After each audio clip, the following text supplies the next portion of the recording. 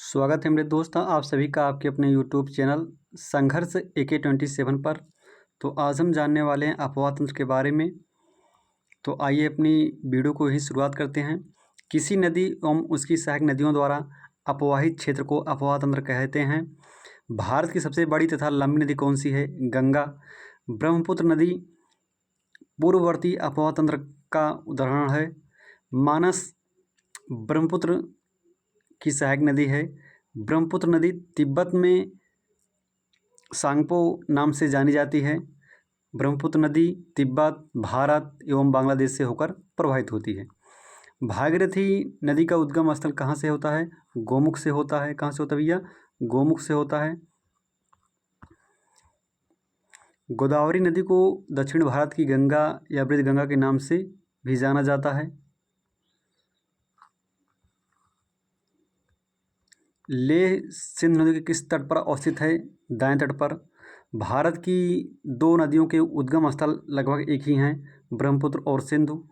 बांग्लादेश में गंगा नदी को किस नाम से जाना जाता है? पद्मा। गंगा नदी के तट पर स्थित सबसे बड़ा शहर कौन सा है? कानपुर। गंगा की वह सहायक नदी कौन सी है जिसका उद्गम मैदानी भागों में हुआ है? तो गोमती है वो।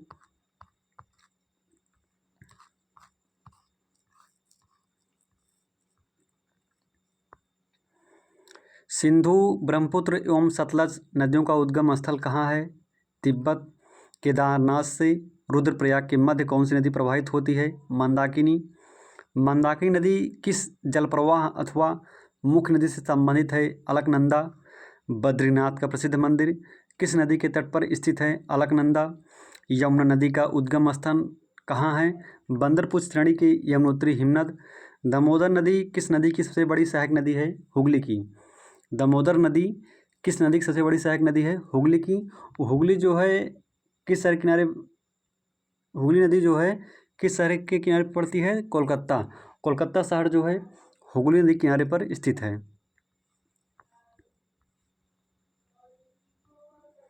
हिमाचल प्रदेश में कौन सी प्रमुख नदियां प्रवाहित होती हैं? चेनाब, रावी और सतलज।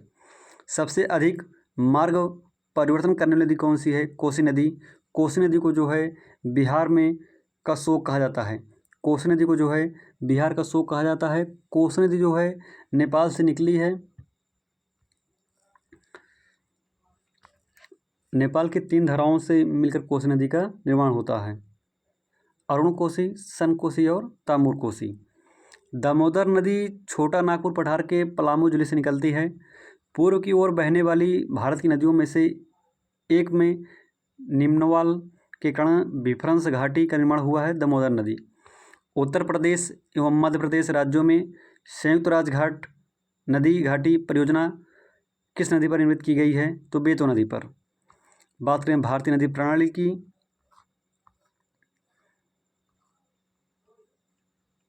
तो हिमालय नदी तंत्र होता है। हिमालय नदी तंत्र में कौन कौन सी नदियाँ आती हैं? सिंधु नदी तंत्र आता है, गंगा नदी तंत्र आता है, ब्रह्मपुत्र नदी तंत्र आता है।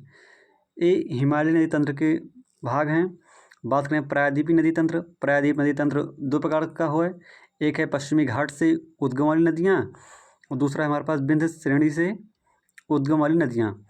पश्चिमी घाट से उद्गम हो रही नदियाँ हैं कृष्णा नदी, गोदावरी, कावेरी, पेन्नार। विंध्य श्रेणी से उद्गम होने वाली नदियाँ कौन कौन सी हैं? महानदी है, नर्मदा नदी है तथा तापी नदी है। भारत की किस नदी पर विश्व का सबसे ऊंचा पुल बनाया गया है? चेनाब पर। नर्मदा एवं ताप्ती नदियाँ समुद्र में गिरते समय किस संरचना का निर्माण करती हैं?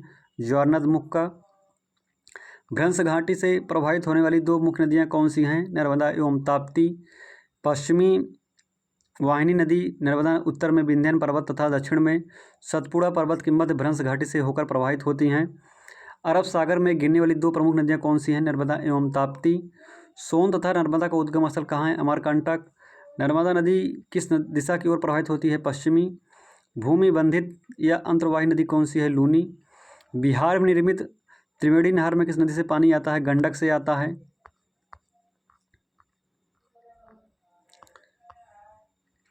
कपिला किस नदी की सहायक नदी है? कावेरी की। नदियों की लंबाई के अवरोही क्रम में गोदावरी, महानदी, नर्मदा एवं ताप्ती का सही अनुक्रम कौन सा है? गोदावरी है, नर्मदा, महानदी एवं ताप्ती है। दक्षिण भारत की नदियों में किसका जलग्रहण क्षेत्र सर्वाधिक है? गोदावरी का। दक्षिण भारत की नदियों में गोदावरी नदी का जलग्रहण क्षेत्र सर्वाधिक है। प्रायद्वीप भारत की नदियों में कौन सी नदी सबसे लंबी है? गोदावरी। हांगरी किस नदी की सहायक नदी है? तुंगभद्रा की। श्रीरंगपट्टम, शिवसमुद्रम और श्रीरंगम नामक द्वीपों का निर्माण कौन सी नदी करती है? कावेरी करती है। कावेरी नदी का उद्गम स्थल कहाँ है? ब्रह्मगिरी पहाड़ियों में। कावेरी नदी कर्नाटक, केरल, तमिलनाडु एवं पुडुचेरी राज्यों से होकर प्रवाहित होती है।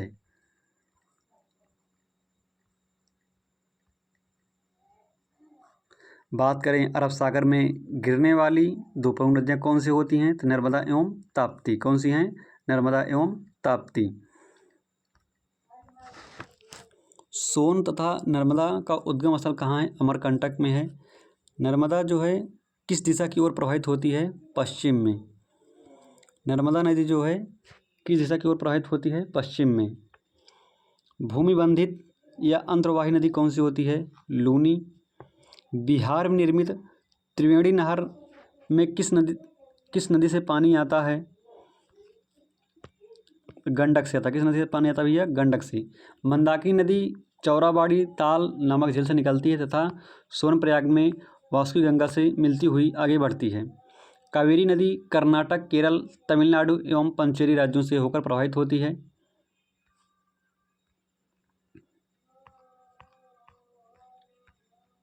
भारत की प्रमुख नदियाँ।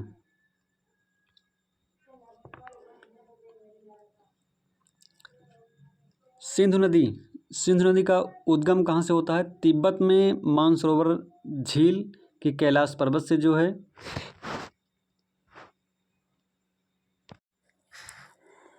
सिंधु नदी का उद्गम होता है तिब्बत में मानसरोवर झील से होता है। सतलज नदी का उद्गम मानसरोवर झील के निकट राकास्ताल से होता है। बात करें झेलम नदी का उद्गम कहाँ से होता है? कश्मीर की वेरीनाग झरने से होता है। चेनाब नदी का उद्गम होता है लाहौम में बड़ा लाचरा दर्रे से होता है।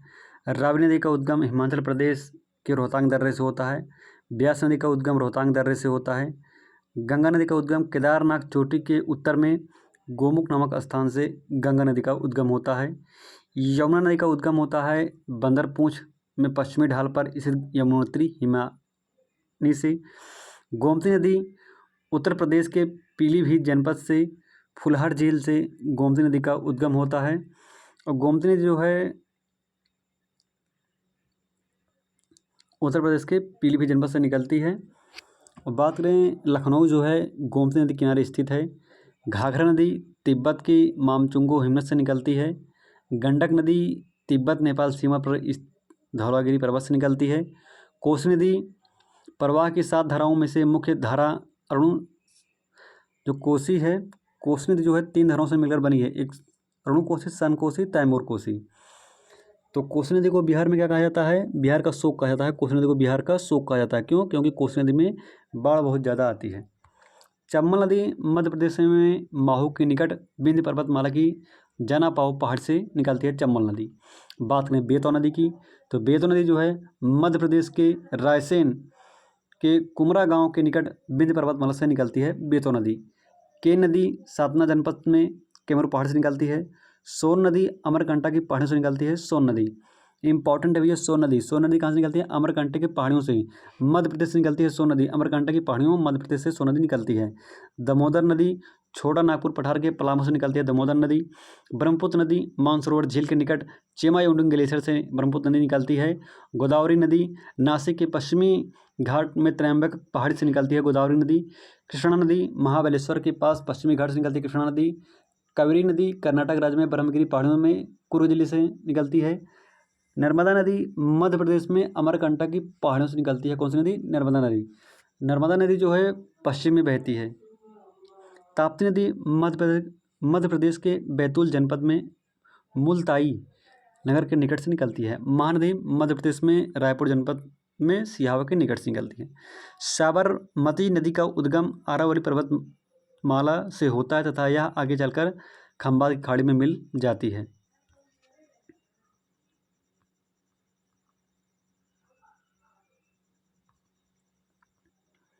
भारत की कौन सी नदी कर्क रेखा को 2 बार काटती है? माही नदी। भारत की कौन सी नदी कर्क रेखा को 2 बार काटती है? माही नदी।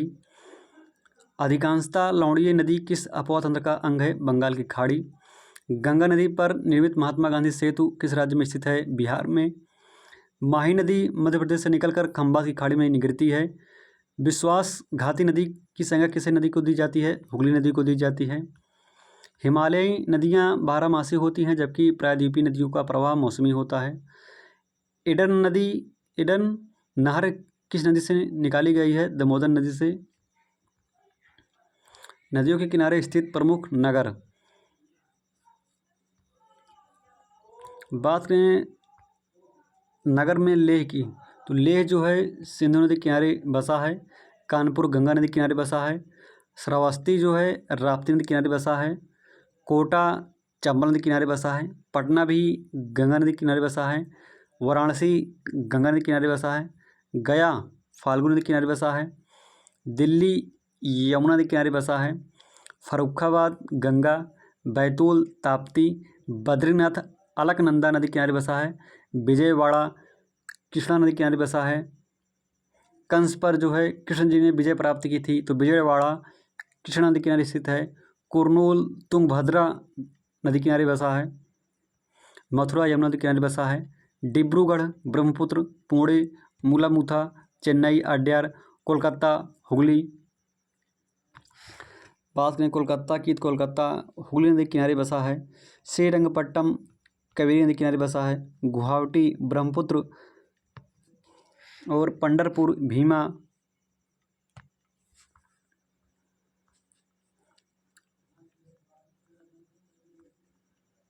बात करें हैदराबाद की, तो हैदराबाद मूसी नदी किनारे बसा है।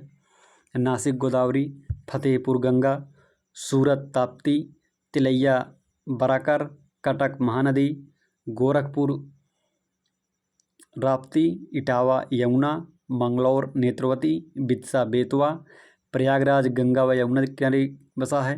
रुद्रप्रयाग मंदाकिनी व अलकनंदा, देवप्रयाग भागीरथी व अलकनंदा, जमशेदपुर स्वर्णरेखा एवं खरकई और अच्छा बेतवा के किनारे बसा है।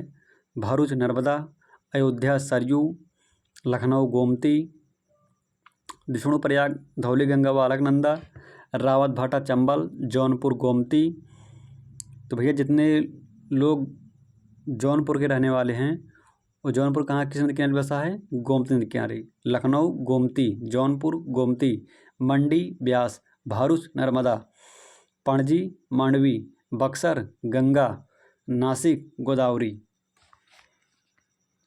फतेहपुर इलाहाबाद, कानपुर वाराणसी, पटना भागलपुर आदि गंगा नदी के तट पर स्थित प्रमुख नगर हैं। बात करें जलप्रपात और झीलों की, वाटरफॉल्स एंड लेक्स की, तो कर्नाटक में स्थित गोकाक जलप्रपात किस नदी पर स्थित है? घाटप्रभा नदी पर। हुंड्रू जलप्रपात किस नदी पर अवस्थित है? स्वर्णरेखा नदी पर। सोमरारी झील लद्दाख में स्थित है। जोग जलप्रपात शरावती नदी पर स्थित है। चिल्का झील उत्तरी सरकार तट पर उड़ीसा राज्य में स्थित है। भारत के चित्रकूट प्रपात को न्याग्र जलप्रपात के नाम से भी जाना जाता है। चित्रकूट जलप्रपात छत्तीसगढ़ राज्य में इंद्रावती नदी पर स्थित है। भारत की सबसे बड़ी कृत्रिम झील गोविंद पल्लपन सागर झील है। भारत की खारे पानी से बड़ी झील चिल्का झील है। भारत की खारे पानी की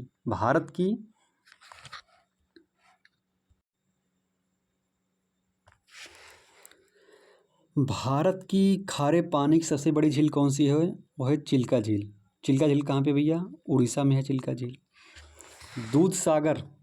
दूध सागर जलप्रपात पश्चिमी घाट में गोवा और कर्नाटक की सीमा पर मांडवी नदी पर स्थित है।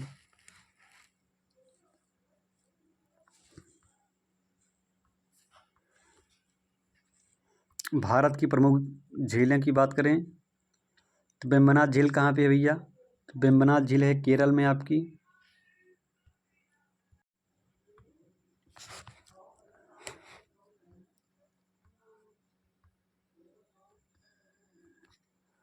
वन मिनट भाई रुकिएगा थोड़ा।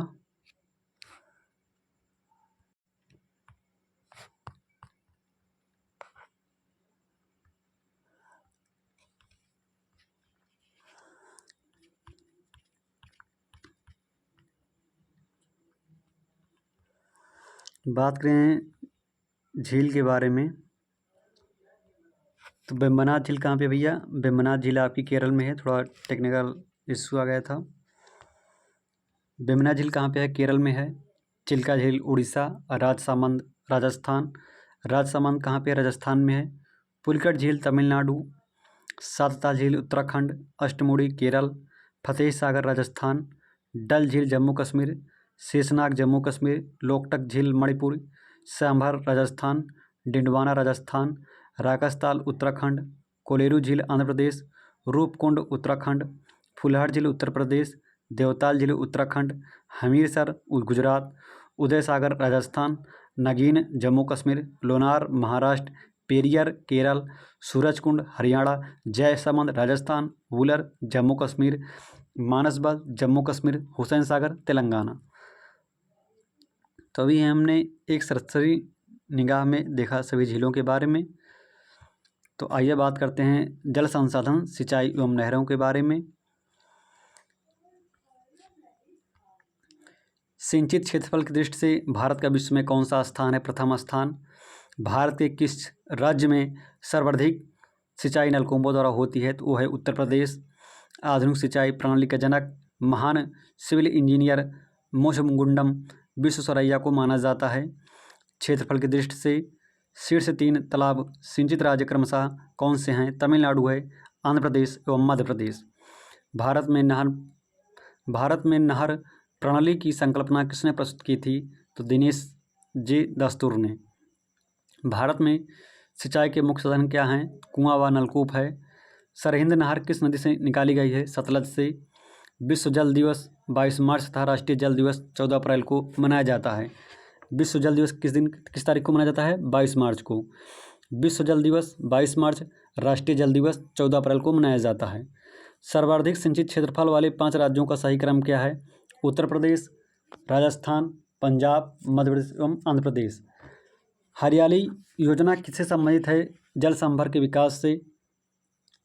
जल संभर विकास के लाभ पीने और सिंचाई के लिए जल की आपूर्ति, जैव विविधता में वृद्धि, जल भराव में कमी और मृदा की लवणता का ह्रास, कृषि उत्पादन और उत्पादकता में वृद्धि, वनों के कटाव में कमी, जीवन स्तर में सुधार, रोजगार में वृद्धि।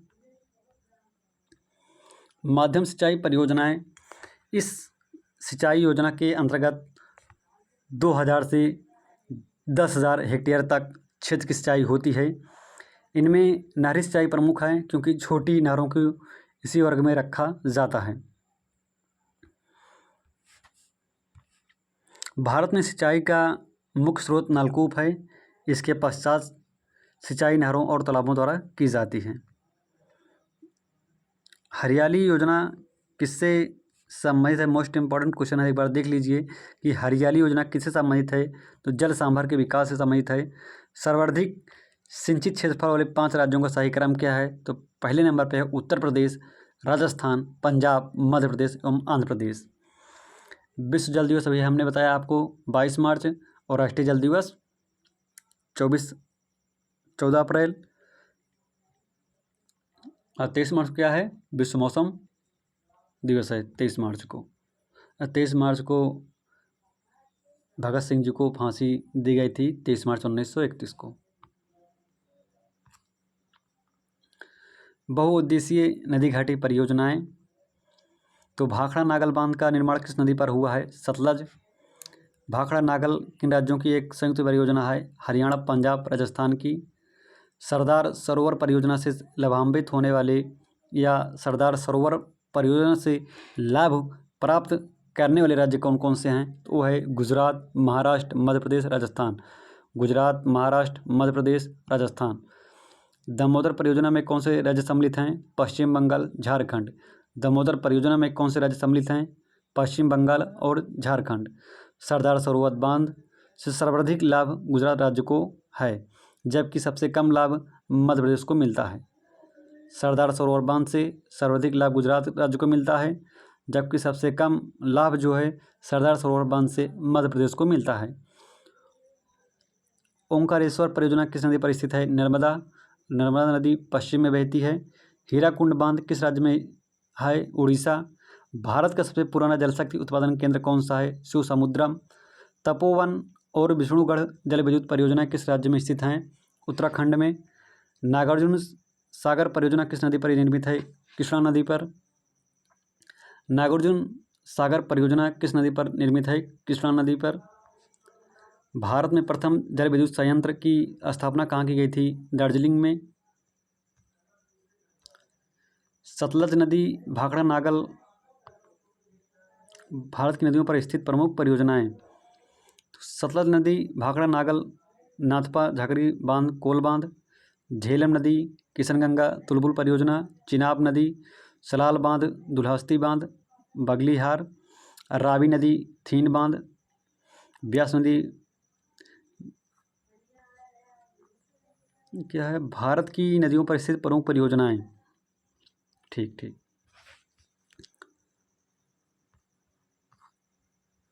कोसी नदी, कोसी परियोजना किस नदी पर बना है? कोसी नदी पर। त्रिवेणी के पास बैराज जो है गंडक नदी, शारदा बांध, शारदा नदी पर बना है।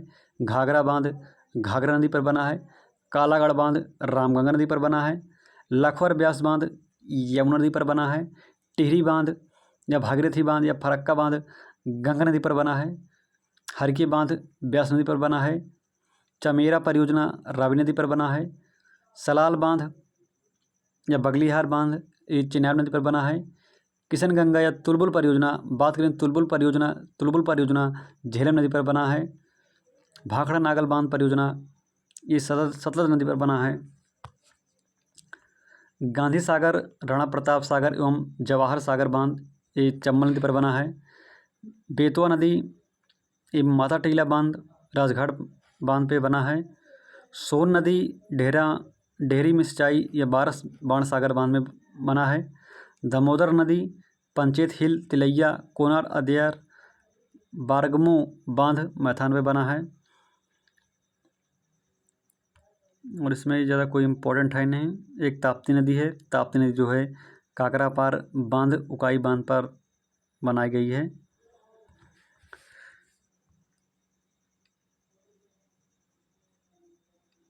माता टीला बांध किस नदी पर बना है? बेतवा नदी पर बना है। माता टीला बांध बेतवा नदी पर बना है। और बात करें तिलैया या कोनार, ये दामोदर नदी पर बना है।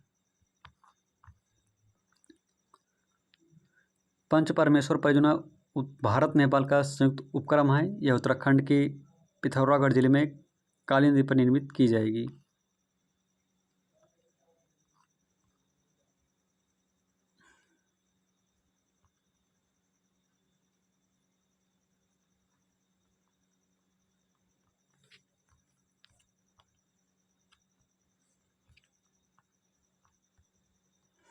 महाकाली संधि भारत और नेपाल के मध्य वर्ष 1996 में हुई थी। महाकाली संधि भारत और नेपाल के मध्य वर्ष 1996 में हुई थी। तेलुगु गंगा परियोजना तमिलनाडु, आंध्र प्रदेश तथा कर्नाटक राज्यों की संयुक्त परियोजना है। मयूरक्षी परियोजना पश्चिम बंगाल राज्य में स्थित है। कालपोंग जल विद्युत परियोजना अंडमान एवं निकोबार द्वीप समूह में स्थित है। जवाहरलाल नेहरू ने बहुउद्देशीय नदी घाटी परियोजनाओं को आधुनिक भारत के मंदिर की संज्ञा दी थी। अलमट्टी बांध किस नदी पर निर्मित है? कृष्णा नदी पर। भारत में सबसे पुराना जल विद्युत स्टेशन कौन सा है? सिद्रपोंग। भारत राष्ट्रीय जल परियोजना नदियों को जोड़ने के लिए कोसी मोची, कोसी घाघरा, गंडक गंगा घाघरा यमुना, शारदा यमुना, गंगा दामोदर सुवर्ण रेखा, महानदी गोदावरी, गोदावरी कृष्णा, केन या बेतवा, पार्वती, कली, सिंधी, चंबल। जो नदियां हिमालय निर्माण के पूर्व से ही प्रवाहित होती आ रही हैं उन्हें पूर्ववर्ती नदियां कहते हैं।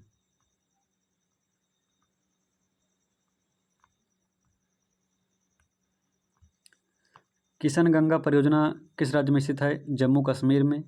मेजा बांध राजस्थान का निर्माण किस नदी पर हुआ है? कोठारी नदी पर। बगलीहार पन विद्युत परियोजना किस राज्य में स्थित है? जम्मू कश्मीर में। सुइल नदी परियोजना किस राज्य में स्थित है? हिमाचल प्रदेश में।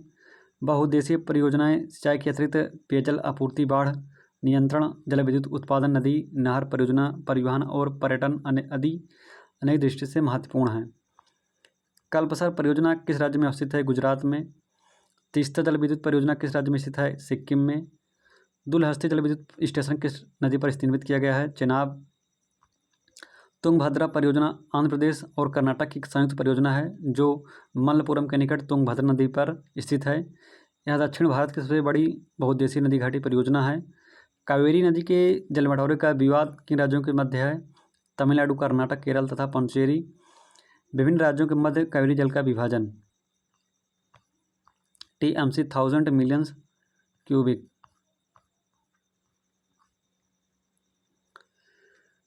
बात करें कृषि की एग्रीकल्चर के बारे में, तो एग्रीकल्चर शब्द की उत्पत्ति लैटिन भाषा के दो शब्दों से हुई है। एग्री अर्थात मृदा, एग्री का मतलब होता है मृदा, सॉइल, तथा कल्चर का मतलब होता है कृषि।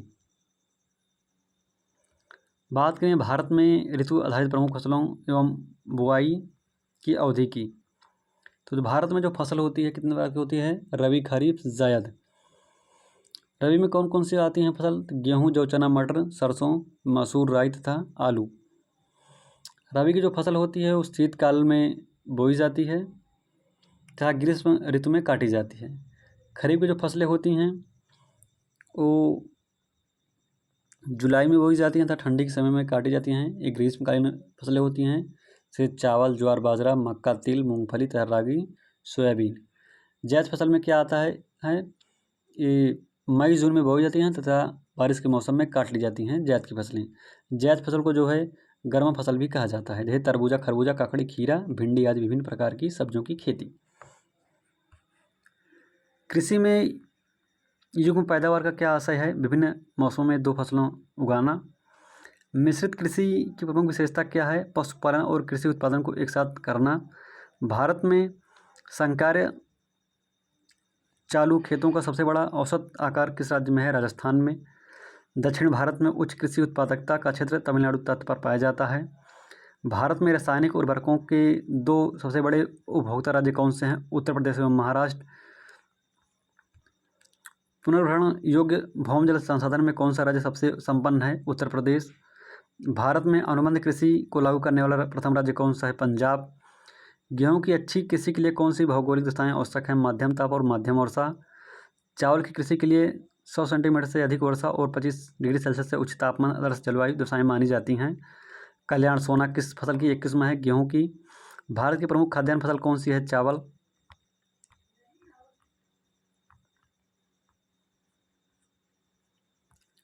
भारत के सर्वाधिक क्षेत्रफल पर किस फसल की कृषि होती है? धान की।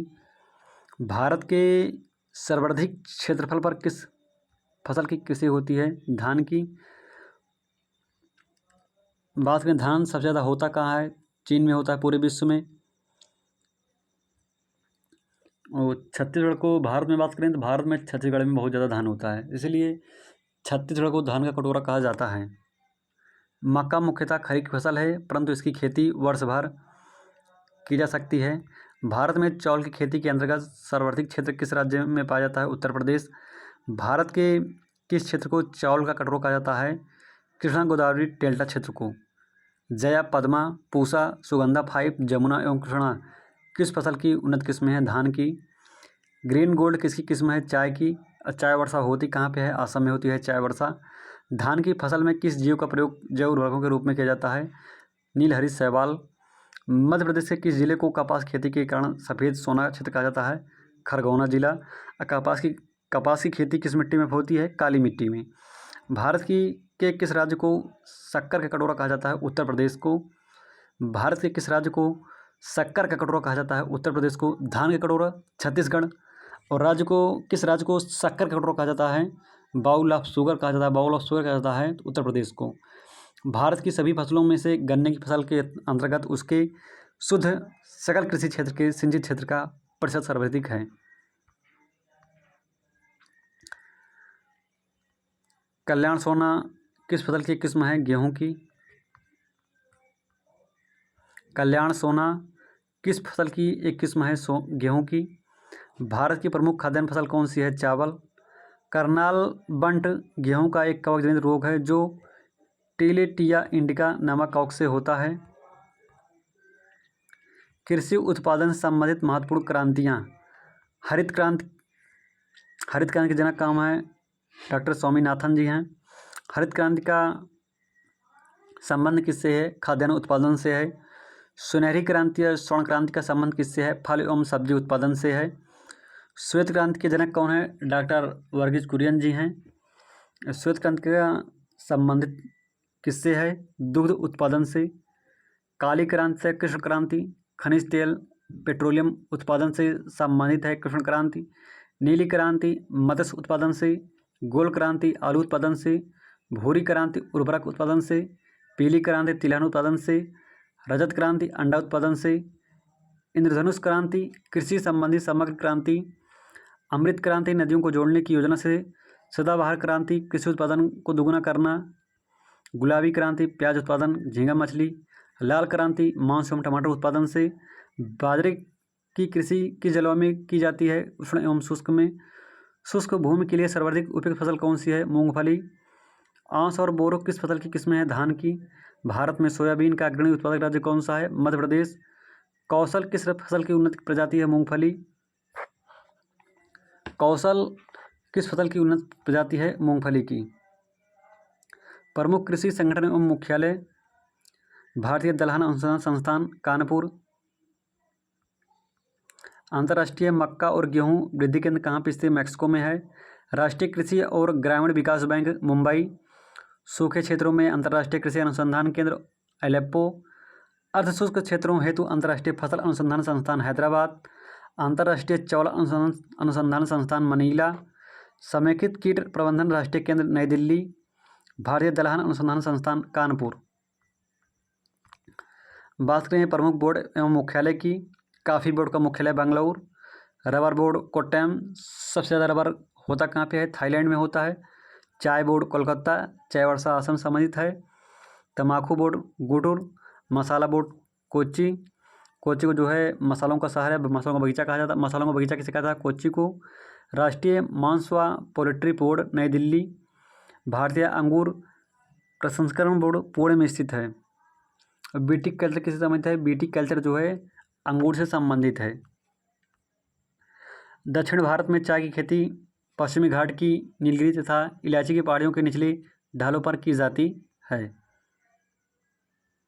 भारत में झूम कृषि के प्रकार नेक्स्ट वीडियो में हम देखेंगे। तो आई होप ये वीडियो आप सभी को पसंद आई होगी। तो थैंक यू। जय हिंद, वंदे मातरम।